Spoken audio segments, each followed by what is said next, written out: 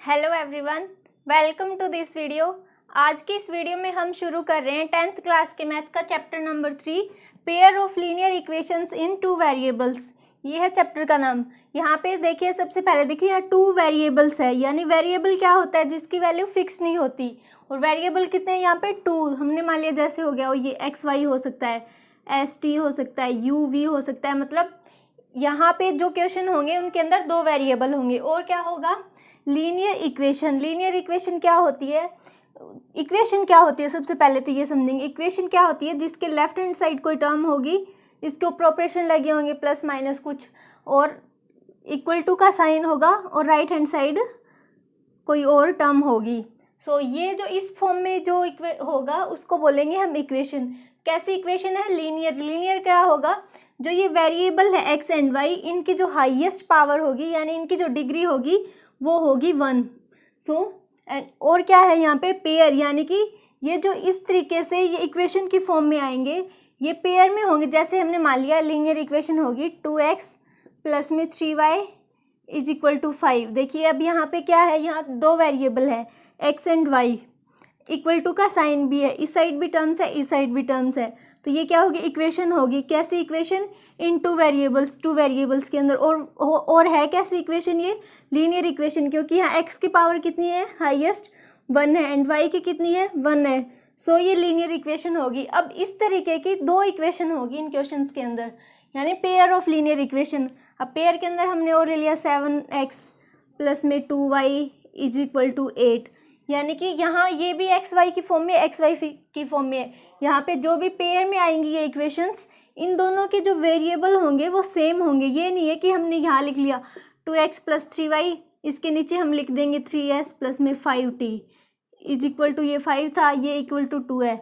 यानी कि यहाँ पे जो वेरिएबल्स होंगे इन दोनों इक्वेशंस के अंदर, अब ये दो जो इक्वेशन है इनको हम पेयर ऑफ लीनियर इक्वेशन नहीं मान सकते, क्योंकि यहाँ पे इनके जो ये वेरिएबल्स है ये डिफरेंट है, या एक्स वाई है या एस टी है। तो इसके अंदर क्या कंडीशन होगी? एक तो इनकी हाईएस्ट पावर 1 होगी, दूसरा इसमें दो वेरिएबल होंगे। इक्वेशन कितनी होगी? 2 होगी। तो इनको सोल्व किस तरीके से कर सकते हैं हम? In pair of linear equation को सोल्व करने के दो मेथड है। एक तो होता है ग्राफिकल मेथड, यानी कि ग्राफ के अंदर, ग्राफ के ऊपर इनकी जो मतलब इन इक्वेशंस को सोल्व करके स्ट्रेट लाइन, और दूसरा होगा एल्जेब्रिक मेथड। तो हम करेंगे अब सबसे पहले एक्सरसाइज 3.1, जिसके अंदर क्या है, ग्राफिकल मेथड से क्वेश्चन सॉल्व होंगे। सो अब शुरू करते हैं इसकी एक्सरसाइज 3.1 के क्वेश्चंस। फर्स्ट क्वेश्चन क्या है? आफ्ताब टेल्स हिज डॉटर, ये आफ्ताब नाम का कोई आदमी है जो अपनी डॉटर को बता रहा है 7 years ago I was 7 times as old as you were। ये अपनी बेटी से कह रहा है भी 7 साल पहले जितनी तुम्हारी उम्र थी उससे मैं 7 टाइम्स था, यानी 7 टाइम्स इस आफ्ताब की एज थी। Then also 3 years from now, अब ये कह रहा है अब से मतलब इस प्रेजेंट टाइम से 3 साल बाद, I shall be 3 times as old as you will be, जितनी ओल्ड तुम होगी उसके मैं 3 times ओल्ड होऊंगा। रिप्रेजेंट दिस सिचुएशन एल्जेब्रिकली, यानी हमें यहाँ पे इस सिचुएशन को, ये जो यहाँ पे इन्होंने देखी, एक तो ये इक्वेशन बनेगी यहाँ से, दूसरी ये बनेगी, यानी पेयर ऑफ इक्वेशन बनेगी, ये इन्होंने दे दिया। तो इसको हमें एल्जेब्रिकली इस सिचुएशन को रिप्रेजेंट करना है। दूसरा ग्राफिकली, मतलब ग्राफ पे भी इसको ड्रॉ करके दिखाना है। तो हम सबसे पहले यहाँ क्या लेंगे? Let the present age of Aftab, age of Aftab, ये जो आफ्ताब है हमने इसकी प्रेजेंट एज को मान लिया ये x ईयर्स है। तो उसकी जो डॉटर है उसकी हम एज ऑफ डॉटर उसको हम मान लेते हैं भी उसकी एज है y ईयर्स। तो अब देखिए इन्होंने क्या कहा है, फर्स्ट जो ये है इसके अंदर इन्होंने कहा है 7 years एगो, यानी कि ये जो प्रेजेंट एज है इससे 7 साल पहले। तो यहाँ पे फर्स्ट के अंदर क्या दिया हुआ है? 7 years एगो। अब 7 years एगो क्या होगा? जो ये इनकी प्रेजेंट एज है इनमें से 7 माइनस करवा देंगे। तो अब मैं डायरेक्ट लिख रही हूँ यहाँ पे आफ्ताब। आपको तो पूरी ये लाइन लिखनी होगी पेपर के अंदर कि लेट द 7 years एगो एज आफ्ताब कितनी होगी? x माइनस 7, एंड डॉटर की कितनी हो जाएगी? y minus 7। ये 7 साल पहले इन दोनों की एज आ गई। अब आगे क्या कहा है? 7 years एगो आई वाज 7 टाइम्स, यानी कि ये जो आफ्ताब है इसकी जो ये एज है ये इसकी एज के 7 टाइम्स थी, तो हम इसको इक्वेशन की फॉर्म में कैसे लिख सकते हैं, x minus 7 is equal to 7 times किसका है, इसकी डॉटर की एज का, तो y माइनस 7। अब यहाँ से इसको सोल्व करवा लेंगे, क्या आ जाएगा, x minus 7 is equal to 7y minus 49। यहाँ से वैल्यू क्या आ गई, x माइनस इस ये जो प्लस का 7y इस साइड आके क्या हो जाएगा, माइनस का 7y इज इक्वल टू ये माइनस का 7 है इस साइड आके प्लस का होगा, तो माइनस 49 प्लस 7। यहाँ से इक्वेशन क्या आ गई, x minus 7y is equal to minus 42। ये आ गई एक इक्वेशन। आगे इन्होंने दूसरी कंडीशन और दी है, जब उसकी एज है 3 इयर्स नाउ, मतलब from now 3 years from now, मतलब यहाँ से फ्यूचर के बाद, मतलब फ्यूचर टाइम में कहा है कि आज से 3 साल बाद, तो आफ्ताब की एज क्या हो जाएगी, x प्लस 3 एंड उसकी डॉटर की क्या हो जाएगी, y प्लस 3। अब क्या कहा है, I shall be 3 times as old, मतलब कि इस आफ्ताब की एज इस डॉटर की एज से 3 गुना होगी, यानी कि x plus 3 is equal to 3 times of y plus 3। यहाँ से वैल्यू क्या आ जाएगी, x plus 3 is equal to 3y plus में 9। यहाँ से इसको सोल्व करेंगे तो x ये 3y साइड आके माइनस का 3y इज इक्वल टू, अब देखिए ये 3 साइड प्लस का है उस साइड जाके माइनस का हो जाएगा, तो 9 माइनस 3, इक्वेशन आ गई x minus 3y is equal to 6। ये आ गई इसकी सेकेंड इक्वेशन। अब आगे इसको सोल्व करेंगे। सो हमारी दो इक्वेशंस क्या आ गई, x minus 7y is equal to minus 42, x minus 3y is equal to 6। यहाँ पे दो इक्वेशन आ गई। अब इनको सोल्व कैसे करेंगे, यहाँ पे x एंड y की वैल्यूज पुट करके, तो वैल्यू पुट करने के बाद जो पॉइंट्स आएंगे उनको इस ग्राफ पे ड्रॉ कर देंगे। इस इक्वेशन के अंदर x एंड y है, तो अब देखिए यहाँ पे अगर हम y की वैल्यू 0 लेते हैं तो यहाँ x की वैल्यू क्या आ जाएगी, माइनस 42, यानी कि इस साइड ये x की वैल्यू माइनस 42, यानी ये ग्राफ बहुत लंबा चला जाएगा। तो हम यहाँ कुछ और सोचेंगे। अगर हम यहाँ पे ये जो y है इसकी वैल्यू अगर हम 7 ले तो यहाँ वैल्यू क्या हो जाएगी, x माइनस 49, ये माइनस का 49 इस साइड जाके क्या हो जाएगी, यहाँ लिख ही लेते हैं, x माइनस 7 इंटू 7 हमने इसकी वैल्यू ली है इज इक्वल टू माइनस का 42, तो ये क्या आ जाएगा, x minus 49 is equal to minus 42।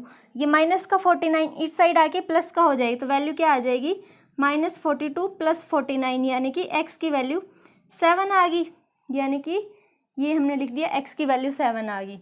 तो ये यहाँ पे ड्रॉ करनी पॉसिबल है, दोनों साइड ये वैल्यूज़ 7 इस साइड तक आ सकता है, मतलब ग्राफ ज़्यादा दूर तक नहीं जाएगा। दूसरे में हम ले लेते हैं भी, अगर इस y की वैल्यू हम 6 ले लें तो वैल्यू क्या आ जाएगी, यहाँ माइनस का 42 हो जाएगा, ये माइनस का 42 इस साइड आके प्लस का 42, तो यहाँ से x की वैल्यू क्या आ गई, 0 आ गई। तो यहाँ हमने यहाँ इसके दो पॉइंट्स फाइंड आउट कर लिए।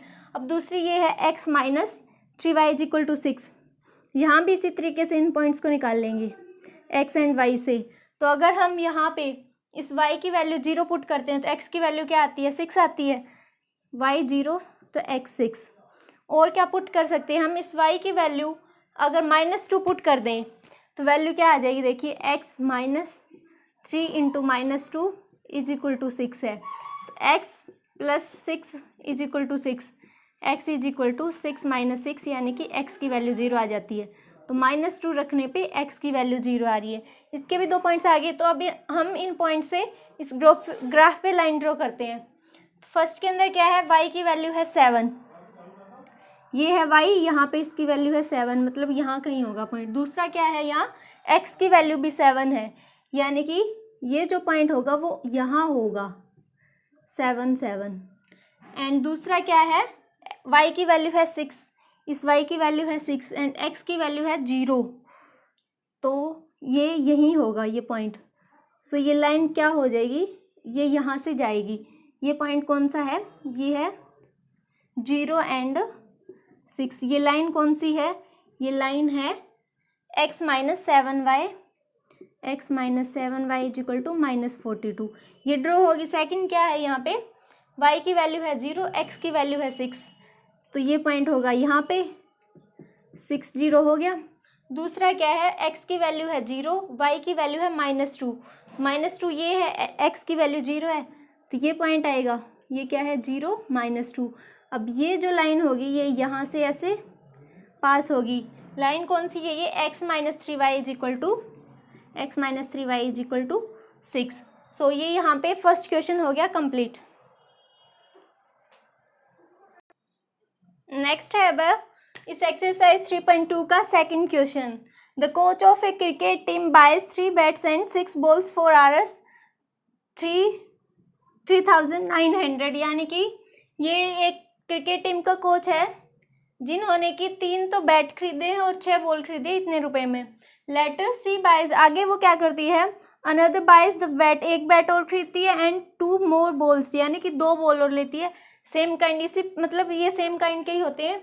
और 4 Rs 1300 रुपये में खरीदती है।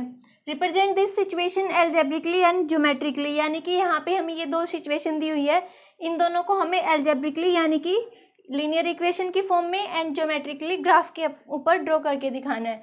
तो हम क्या कर लेते हैं, मान लेते हैं let the cost of bat, जो बैट है उसके कॉस्ट को हमने मान लिया x है। Similarly let the cost of ball, इस बॉल की कॉस्ट को हमने कितना मान लिया, y है। तो यहाँ पे फर्स्ट सिचुएशन के अंदर क्या है, कितने बैट खरीदे 3, तो 3 इंटू में x, प्लस में कितनी बॉल ली उन्होंने 6y = 3,900, इतने रुपीज़ में इन्होंने ये सारा सामान खरीदा। दूसरी सिचुएशन क्या है, अनदर बैट, यानी कि एक बैट खरीदा, तो x प्लस में कितनी बॉल खरीदी इन्होंने 2, देन 2y = कितने पैसे में खरीदी इन्होंने 1300। सो ये 2 इक्वेशन होगी। अब क्या करेंगे, यहाँ पे हम x एंड y की वैल्यू पुट करके यहाँ से फिर इसको ग्राफ पे ड्रॉ कर देंगे। तो यहाँ देखिए ये मतलब हमें किसकी फॉर्म में दिख रहा है, 100 की फॉर्म में। तो मैंने इस साइड जो ये ग्राफ ड्रॉ किया है ये भी मैंने 100 वाला ही ले लिया, मतलब 100, 200, 300, 400 इस तरीके से। तो यहाँ देखिए, यहाँ पे अगर हमने ले लिया, अगर x की वैल्यू हम 100 लेते हैं, x की वैल्यू अगर हम 100 ले तो वैल्यू क्या हो जाएगी यहाँ 300, प्लस में 6y = 3900। यहाँ से ये 300 इस साइड आके माइनस होगा तो यहाँ वैल्यू क्या रह जाएगी 6y, इसमें से 300 माइनस किया तो यहाँ वैल्यू क्या आ गई 3600, ये है 6y। अब ये 6 यहाँ इसके डिवीजन में आएगा तो यहाँ से y की वैल्यू क्या आ गई 600। सो 2 वैल्यू, मतलब एक वैल्यू x की ये आ गई, एक y की ये आ गई। दूसरा हम क्या लेते हैं, अगर यहाँ पे इस y की वैल्यू अगर हम 500 ले लें तो ये 6y क्या हो जाएगा 3000। y की वैल्यू अगर हम 500 लेते हैं तो 6 × 500 वैल्यू क्या आ जाएगी 3000। ये इस साइड आके माइनस होगा तो 3x की वैल्यू 900 के इक्वल आ गई। तो यहाँ से x की वैल्यू 300 आ गई, ये आ गई 300। यानी कि इस एक इक्वेशन के सॉल्यूशन तो हमने फाइंड कर लिए। दूसरी क्या है x + 2y = 1300, यहाँ भी सेम इसी तरीके से निकालेंगे। अगर हम x की वैल्यू 100 लेते हैं तो y की वैल्यू क्या आएगी, ये 100 है, इस साइड आके माइनस होगा ये 100, तो यहाँ क्या रह जाएगा 1200, 2y = 1200। यहाँ से y की वैल्यू क्या आ जाती है 600, ये आ गई। दूसरा हम क्या लेते हैं, यहाँ पे अगर इस y की वैल्यू हम ले लेते हैं 300, 2 × 300 करेंगे तो यहाँ वैल्यू क्या आ जाएगी 600। यहाँ से x की वैल्यू क्या आ जाएगी 13 - 600 वैल्यू क्या आ गई 700। यानी कि हम इसकी 300 वैल्यू लेते हैं तो x की वैल्यू 700 आती है। अब इन दोनों को ग्राफ पे ड्रॉ करवा देते हैं। फर्स्ट में क्या है x की वैल्यू है 100, x की वैल्यू है 100 एंड y की वैल्यू है 600, y की वैल्यू है 600, मतलब ये पॉइंट आएगा यहाँ कहीं। दूसरा क्या है x की वैल्यू है 300, यानी कि इस पॉइंट के सामने कहीं होगा एंड y की वैल्यू क्या है 500, y है 500, यानी कि ये पॉइंट आएगा यहाँ पे।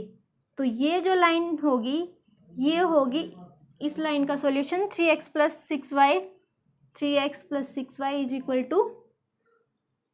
3900।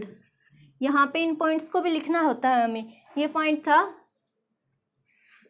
300 एंड 500 एंड ये पॉइंट था 100 एंड 600। पहले वैल्यू लिखी जाती है x की, फिर वैल्यू लिखी जाती है y की। अब सेकंड में क्या है, x है 100 एंड y है 600, मतलब कि पॉइंट, पहला पॉइंट तो यही होगा। दूसरा क्या है, x की वैल्यू है 700 है यहाँ पे, एंड y की वैल्यू है 300, यानी कि यहाँ पे तो ये लाइन होगी, ये पास होगी इस तरीके से। ये सही से ड्रॉ नहीं हुई है,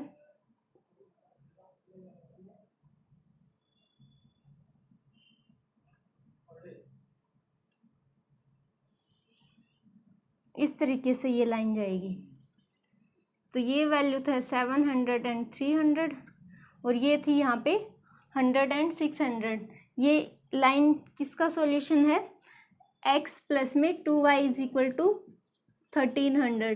सो हमने ये जो सिचुएशन थी दोनों, इनको हमने यहाँ पे एल्जेब्रिकली एंड ज्योमेट्रिकली दोनों तरीके से यहाँ पे रिप्रेजेंट कर दिया है। तो सेकंड क्वेश्चन हो गया यहाँ पे कंप्लीट। नेक्स्ट है अब एक्सरसाइज 13.1 का third question. The cost of 2 kg of apples and 1 kg of grapes on a day was found to be Rs 160, यानी कि 2 kilo apple and 1 kilo grapes है, उनकी जो प्राइस, मतलब उनका टोटल जो प्राइस है वो है Rs 160।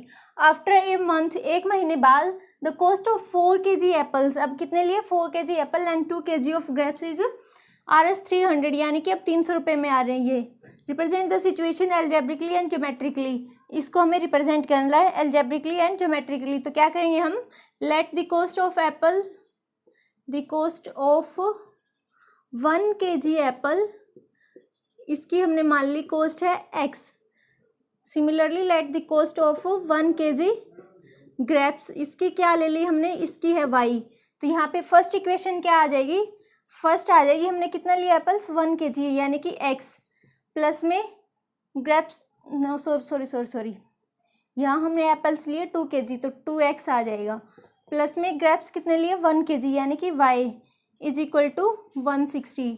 एंड सेकंड क्या है, after a month the cost of 4 kg apples, यानी कि 4x प्लस में 2 kg ऑफ ग्रेप्स प्लस में 2y इज इक्वल टू, ये किसके इक्वल है 300 के। अब यहाँ से क्या करेंगे, इन दोनों इक्वेशंस को x एंड y की वैल्यू फाइंड करने के लिए, मतलब यहाँ हम पुट करके देखेंगे क्या क्या वैल्यू आएगी। तो ये सिचुएशन क्या है, 2x प्लस में y इज इक्वल टू 160 है।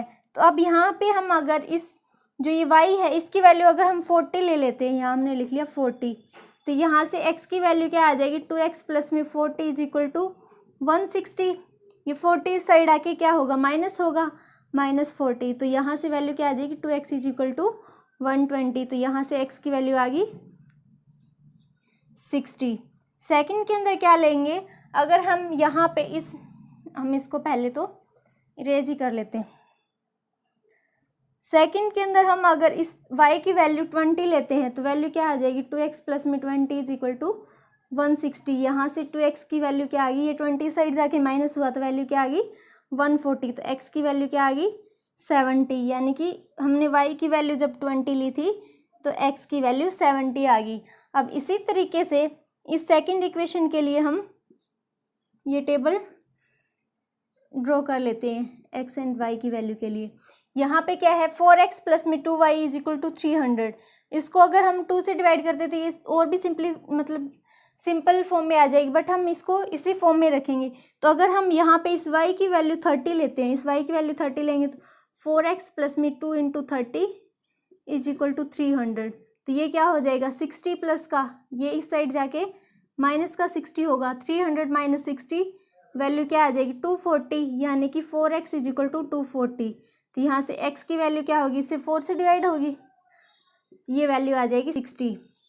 ये आगे दूसरा हमने क्या लिया, अगर हम इस y की वैल्यू 50 ले लेते हैं तो वैल्यू क्या आएगी, y की वैल्यू हम ले रहे हैं 50, तो x की वैल्यू क्या आएगी 4x प्लस में 2 इंटू 50 इज इक्वल टू 300।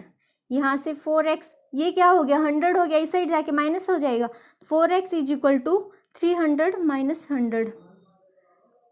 तो ये वैल्यू क्या आ गई 200। यहाँ से x की वैल्यू क्या आ जाएगी 200 अपॉन में 450, यानी कि जब y की वैल्यू 50 है तो x की वैल्यू भी 50 आ गई। अब इन दोनों टेबल से यहाँ पे इन लाइंस को ड्रॉ कर देते हैं ग्राफ के ऊपर। फर्स्ट है हमारे पास x की वैल्यू 60, y की वैल्यू 40, x की वैल्यू 60 एंड y की वैल्यू 40। ये होगा पॉइंट यहाँ कहीं, वैल्यू क्या है 60 एंड 40। दूसरा क्या है 20 एंड 70, ये है 20 एंड ये है 70, यानी कि ये पॉइंट होगा यहाँ पे। ये क्या है 20 70, हमने इन पॉइंट्स को लिख दिया। अब इन पॉइंट्स को मिला देंगे तो ये हो जाएगी लाइन। ये लाइन कौन सी है 2x प्लस में y is equal to 160, 2x plus में y इज इक्वल टू 160। अब सेकंड क्या है, जो लाइन है वो है 60 एंड 30, x की वैल्यू 60, y की वैल्यू 30, तो ये पॉइंट होगा यहाँ। सेकंड क्या है, यहाँ पे x की वैल्यू भी 50, y की वैल्यू भी 50, x की वैल्यू 50 एंड y की वैल्यू 50, यानी कि ये, तो ये लाइन इस तरीके से जाएगी। ये पॉइंट था 60 30 एंड ये पॉइंट है 50 50 एंड ये लाइन कौन सी है, ये लाइन है 4x प्लस में 2y इज इक्वल टू 300। सो हमने यहाँ पे ये दो सिचुएशन दी हुई थी, इनको भी हमने ज्योमेट्रिकली एंड अलजेब्रिक